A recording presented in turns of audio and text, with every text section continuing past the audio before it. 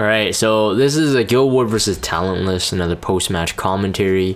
Thank you guys for always watching these, and hopefully these are somewhat educational. And for the players that I got to fight, you know, they're probably looking at the videos and stuff like that just to study what they could do in terms of, like, you know, how to counter offenses. Pepe, very, very famous. Always Talentless' stronghold, at least ever since we started fighting them. Very good gear. We actually theory crafted that, or deduced rather, that Bazaar was most likely about 290 speed, at least 290 speed. That's very fast and has at least 145 effectiveness. Probably nothing over. Maybe it's over. Maybe I just got lucky, but I'm actually curious. I think that Arbiter Vildred is not on a self-attack imprint and potentially on effectiveness. I don't know, but either way, it's actually really hard to get Pepe's Bazaar stats. It's a very, very, very dangerous Bazaar. He went with a very high effectiveness SSB as well, and that's really bothersome. I think it's supposed to, you know, nullify like Crow, Dark Corvus kind of comps, and he's pretty confident with his Bazaar speed. So you'd have to have like really, really, really good speed gear on your Oxalots, or maybe even Faithless Litica, depending on how you take out, you know, these cleave comps, or how you want to handle the cleave. Because that Bazaar works as an anti-cleave. So usually you would kind of default to like a healer, bruiser, maybe Dizzy, maybe Dark Corvus, but that SSB being very, very high effectiveness is really crazy. The RB was fast. The RB, it wasn't even like that weak in terms of, like, he was actually pretty tanky. But you can see the damage is not like super crazy, but with Alexa's Basket, any RB in any form is dangerous over time, especially if they're lightning fast. This team was just very fast all around, so it's really tough. I went with a Momo on this one just because it was easy to get the effect resistance on, and although Akate's is fire, 50-50 chance, but you know, there's always that defense RNG. We all know it. Everybody who plays Guild War knows it. You know, Charles crits fire, Bazaar will crit fire as well. You know, even hit a K-Ron with Moonlight Dreamblade. I've had that happen to me. So it's like, you know, you kind of want to go with like more insurance, which is in this case it was Momo with higher effect resistance. My Crow has 150 effect resistance, and he got debuffed from everything. So it was pretty crazy. Dizzy really is only just stall the damage and quickly catch up on the heal and whatnot. Otherwise, the SSB didn't do that much damage. The RB didn't as well. But with SSB's S2 consistently, like, you know, even landing defense breaks, it was very dangerous. Every single step I made here was like I don't even know what to do. But honestly, killing off the SSB was higher priority, but I also had a blind chance. So I don't even know if that RB, I guess that RB would have to have, oh no, Bazaar blinded me, right? It was an RB. I don't think, unless Pepe had I didn't actually notice it, but I think it was Bazaar. Regardless, Dizzy is there because the damage mitigation. You got the blind, you got the hit down, or attack down. Very, very helpful. My Dizzy is on a counter here, which is arguably speaking kind of risky for SSB because it feeds, but I put her on an Abyssal Crown. Violin wouldn't be as useful here since they don't really get buffs, or at least buffs that can stick. Outside of the, I guess, the initial immunity on SSB. But Crown is a bit better, and Crown did save me. It did save me. You guys saw it already proc once. The counter kept on proccing, but yes, it does feed SSB. Procced again. That Bazaar had a turn. The unbuffable is just really brutal. Couldn't get a defense buff up pretty much the entire time. So had to use Crow's S2 as a strategic way to push back instead. It's still really good. I mean, Crow's skills are pretty loaded, to be honest, but it didn't even push her back. as you saw there. Resisted, a bit lucky. Of course, for players who don't know how the resistance check works, even if you don't get the guaranteed resistance stat in terms of like you beat the effectiveness by 100%. As you know, the higher the effect resistance, obviously the more RNG throw back at the one trying to land the debuff. So that helped on my Crowder. This was just a perfect timing. With the soul burn available, all immunity, no crown stuns potential, and that RB died on that turn. He didn't proc an Alexa's basket, but it didn't matter. The full heal was the key. The counterattack's really nice there. After SSB is gone, counterattack is nice. Just like throw extra RNG back, potential crown proc. Don't think I put him to sleep. Yeah, I tried to put him to sleep twice in this match, and none of them landed. I mean, it's not a high sleeping chance, but still, it would have been nice. The second fight, I'll have to give you guys background story, prep for it, because the video doesn't run on that long. Basically, the second fight, theoretically speaking, is very, very easy to beat. And I'm actually going to even do some editing here for you guys on the second fight to pause the video and show you guys what happened. Okay, so basically, all right, so I'm actually gonna get ready to pause it so I can do it in the edit as well. All right, so right here, okay, so right here I'm already stopping. Assassin Sid goes after SSA. Now here's the kicker. My Kayron is 14 speed faster than my SSA. Okay, 14 speed faster. Now, generally speaking, a 14 speed is, you know, on a CR timeline is a pretty big gap in terms of you usually be able to beat the RNG of the 5% CR difference that Smilegate you know, released. All right, so for players who don't know, generally speed RNG is not based on how much speed rather, but how much speed you can get, and then you do some math and then you can work out the CR timeline. All right, but there is one thing that screwed this up, and it's because that if you can see Angie, she's standing relatively at the 50% point, but actually that's not what happens. She's about like under 50%, like maybe like 40 something. The only reason is because, again, Pepe has very, very, very quick heroes. So that's I think it's a 300 speed Assassin Sid. If not 300, at least 290 something. It hit pretty hard, had Alexa's basket. With Alexa's basket, AC can hit really hard. And then Kayron's really fast as well. I'm gonna follow up with a Biken. So theoretically speaking, I had Kayron in front, right? So I had Kayron going first. I shouldn't have lost this one at all, but because of the 300 speed Assassin Sid, we'll just say 300 speed, what it does, it compresses the CR timeline, right? So where Angie stands, and she was around like roughly like 120s, I think that was her speed, because my Kayron is relatively slow. He's a counter Kayron. He was slower, so I had to actually make the Soul Weavers that were going in succession slower than he was. Angie was on an idle cheer, which again, it didn't matter because Kayron would have killed Biken even if my Kayron was set to Immortal. Alright? So here's a lesson for everyone. Okay, lesson for everyone. If you have really, really, really slow heroes like mine, what happens is that they make up the gap between, let's say, like 120 speed 120 speed Ice Angie versus like a 300 speed Assassin Sid. You could just imagine that if she started roughly, she is under 50% at that point. That's about like, I was at like 45. I think that's as low as I've seen it. If you take that 45% all the way to 100% and you think about them in 1% increments, then obviously the faster or the bigger the gap of the speed difference, the smaller the CR percent variant. I hope that makes sense. As I'm recording this voice, I'm thinking if I should like do some animations and draw it out or something. But it compresses basically.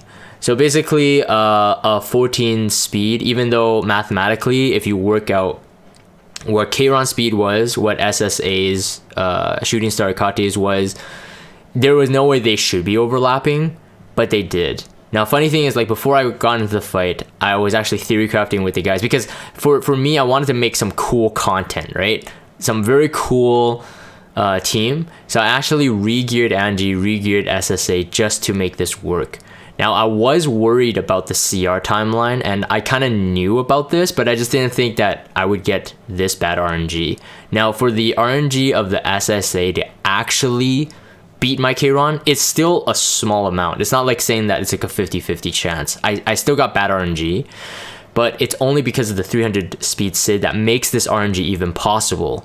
If we're talking about, like, you know, their fastest, Pepe's fastest hero is like 170 or something, the CR timeline would be more wide. Like, so you would see like the succession, like if you were thinking about them like as like playing cards, they would be like one after another, more sequential. That's what you usually would see. You wouldn't see such a big gap like this, right? So I was originally thinking to put my Keiron on he's a counter set, but I was thinking about putting him on a speed boot. And then a couple of my guildmates are like, you're overthinking too much, I'm like, oh, okay, fine. It costs gold anyway, so I just skipped it. Anyways, I'm gonna play the video right now. So yeah, once the Assassin Sid went, I was like, frick, like, you totally lose, it doesn't matter. It didn't matter if I had Water's Origin. Like, the Water's Origin was an extra protection in case they lapped and Keiron did an AoE. That was the reason. Otherwise, a single target damage. It should have been Assassin Sid into Keiron, Keiron into my Keiron, Baiken into Angelica. Angelica pushes in terms of Ido Cheer. And then I would be able to kill Baiken here, extend my immortality for one turn. If Assassin Sid comes back again, which he would hit my Keiron again, and then his Keiron was fast enough to do an AoE cleave right now like this, and it hit my SSA if my SSA wasn't even fast enough to follow up with the immortality buff. That was the theory craft. So at this point, there was no way I could win. I was looking at this and I'm like, okay, I have to extend the immortality. Hopefully that Keiron was fast enough to lap me multiple times, because again, like I said, I was counter Keiron, so there was a possibility I could proc him into the immortal, that he would lap me again, S3, and then still lose. But he was like fast and he wasn't fast enough to lap me twice, right? See, so this worked, right? But then at this point, I'm like, I lost. So that was pretty salty. Really cool fight with Pepe though. Honestly, I wanted to showcase this as like a YouTube like kind of content thing, but I didn't want to lose my Keiron because he does become useful later. I had to yield that one. So anyways, that was a GG. Honestly, I think that's if anything, hopefully this video is actually a lesson in terms of, if you know your opponents are really fast and you're somehow like drafting really slow heroes, keep that in mind. You're gonna need a much bigger speed difference in between if you needed to, you know, have them like in sequence or whatever. Regardless, in my mind, that actually worked. It does. All right, so this is the second fight versus Derrick. After I lost to Pepe, I was a bit shaken. The top team here, as you're about to watch, you see this variant. If it wasn't an ML Ken, it was like a, you know, like a Fallen Cecilia, I would take this team and my damage dealer would be an ML Ken. But because it's an ML Ken into ML Ken is not really good. It's super risky. It's sketchy because if the ML Ken doesn't crit your ML Ken, or you're faster, which in this case with a Angelica, my ML Ken would be faster, then you're kind of screwed. So I went with the Keiron on this one. I mean, just as safe. My Keiron here was on Aliyah's knife, and that Charles was the only RNG in terms of like, he was the only one that may strip my Keiron. Aliyah's knife is just to cut through the ML Ken, cut through Charles if he was tanky. This didn't matter. My Keiron is actually pretty tanky too. Again, he's a counter Keiron. But with the ML Angie there's not much that RB can do on this one. But a really good fight, Derrick. I know that Derrick was like, he's like, woo! Like, I'm content or whatever. So shout out to Derrick. Very funny. When he saw me hit his score, he's like, "Woo, I'm content." Anyways, and the second one, I would say, like, I mean, I'm not gonna bash his teams. There's nothing wrong. Like, defense teams, there's always some way around it, but you can get RNG'd. This one's a bit less RNG. The tricky part would be the Alencia. Like, if that Alencia was like high damage, it would have been pretty tricky. I wanted to stun the Violet on this turn. It wasn't on immunity. But he didn't. The Moonlight Dreamblade procced. Yeah, my RNG for this war was just not super good. Yeah, so Alencia would be able to do damage enough to kill. If it was a cleaving Alencia, it should be able to like almost kill a Spectenny. But there's no follow-up, and she didn't get an attack buff or no attack buffer, so there was no way that she would kill a Spectenny. But single target damage threats, Assassin Call, yeah, light bait, and then you go anti-element for Violet, and then you got yourself kind of like a pretty safe team, especially Spectenny. She's always hidden. The Alencia, yeah, the Alencia, yeah, I had Aureus on my F-Mine just in case that was a cleaving Alencia as well. This fight's a bit long, so it's kind of a bit of a yawn fest, like compared to the first fight. This one, I ended up saying that I ended up telling the Iggy guys I should have just Dark Corvus. Honestly, it would have been like probably the same speed, to be honest. Nah, I'm kidding. Yeah, no one would be feeding Dark Corvus here unless I hit Violet all the time. No, actually no, Dark Corvus would have been faster, I guess. It would have been a bit faster, but a bit riskier for the Assassin Collie onto my light bait. Like if Assassin Collie had a Dust Devil or something and just went off and even had like a dual attack slipped in there, my F-Mine wouldn't have survived. So Spectenny was the safer choice, but Dark Corvus I think could have worked. Just hit Violet and then you feed it. But that's assuming that people have these heroes, right? So if you're watching these videos and you're like, well, Dragon, I can't use this strategy. I usually try to commentate with an idea and not exactly locked to a hero. If it is locked to a hero, I would usually say, oh man, like, you know, Singelica's OP or Spectenny's OP. But yeah, this one is easily baitable, single target damage. I think if you were able to sustain the Assassin Collie, Sirmia would work as well. I guess a bit tricky on Violet, but it would work. That's it for this one. Alright, this is the last fight versus Levi's. Yeah, so Assassin Sid now with the new AI buff is kind of interesting. It really does depend on how you pair him up with. Like, every single hero is dependent on the other ones to make a really good comp. That Falcon O'Cleary must have just enough effectiveness, probably 100, 120. It did provoke my crowd in Death Break, but like I said, my crowd has 150 effect resistance at this point. Yeah, this one again, Spectenny abuse. Spectenny very, very good, very solid.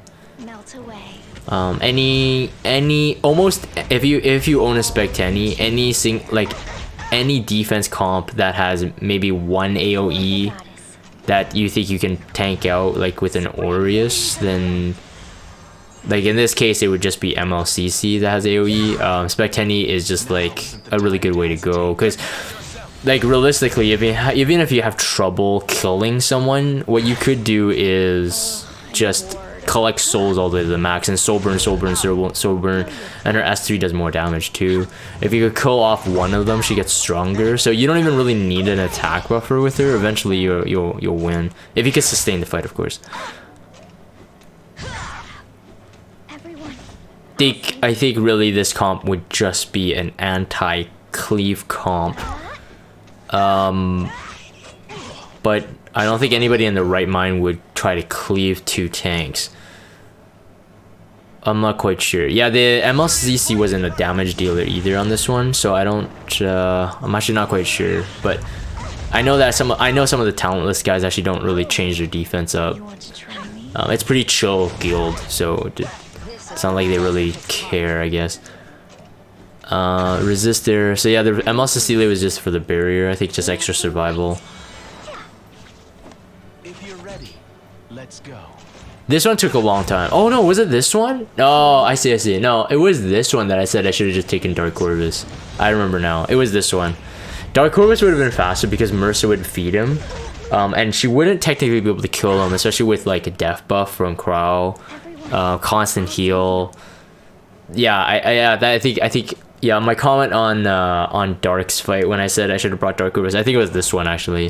It is this one. This one took longer because the Spectenny without an attack buff still, without like consistently soul burning, so extra turn, it wasn't like it didn't do much. Like the Cecilia was actually pretty tanky. I didn't do much damage, even with clearly dead. Yeah, Dark Corvus would have been way faster. Aureus to protect the Crow, very low risk. But I don't know why. I just wanted to bring Spectenny. Yeah, so like you can see that damage there. Oh, I remember now. That damage is high on that on that CC because my Crow here is actually on a Holy Sac. Yes, I remember now. It was on a Holy Sacrifice, just in case the Cleary Death broke and that Merced was like big damage, then the Holy Sac would make more sense here. You instantly get like a kill. You want to try? Don't be afraid. I'll end it now. Yeah, push back on the Merced. I'll save you. Were you waiting for me? It's just resetting the skill, so I always have a heal. This is what the desert has taught me. I was basically trying to time it so that I could just do an S3 and just kill her off, because that was faster technically than my Spectenny. She was on a lifesteal set as well, so every time she got to S3, she took a big chunk of HP back. Let's see how long you can endure.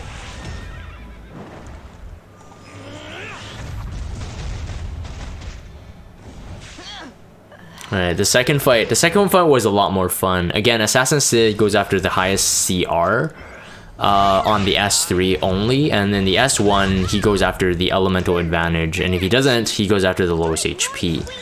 So in this case, it was perfect because my mate Chloe was my fastest, and she was also the light bait. I didn't really care. My mate Chloe is pretty tanky, so I was okay with her getting hit from the Assassin Sid. The Kayron here was on a portrait, and with an attack buff up, it does quite a bit of damage. And I was just using the SSB really to feed I'll show you what I can do. feed the Kayron and then eventually kill off the Assassin Sid. No. Relatively low risk for the team I brought.